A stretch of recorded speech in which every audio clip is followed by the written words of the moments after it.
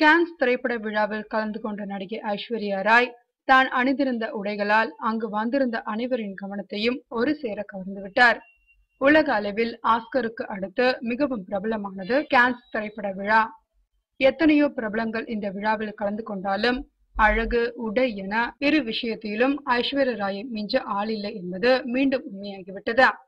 முதல் நாள் ரெட் கார்பெட்டில் பச்சை நிற உடை அணிந்து வந்த ஐஸ்வர்யா ராய், இரண்டாம் நாள் வெள்ளை நிறத்தில் கவுன் போன்ற உடை அணிந்து நடந்து வர அனைத்து கேமராக்களும் அவரை நோக்கியே மின்னின.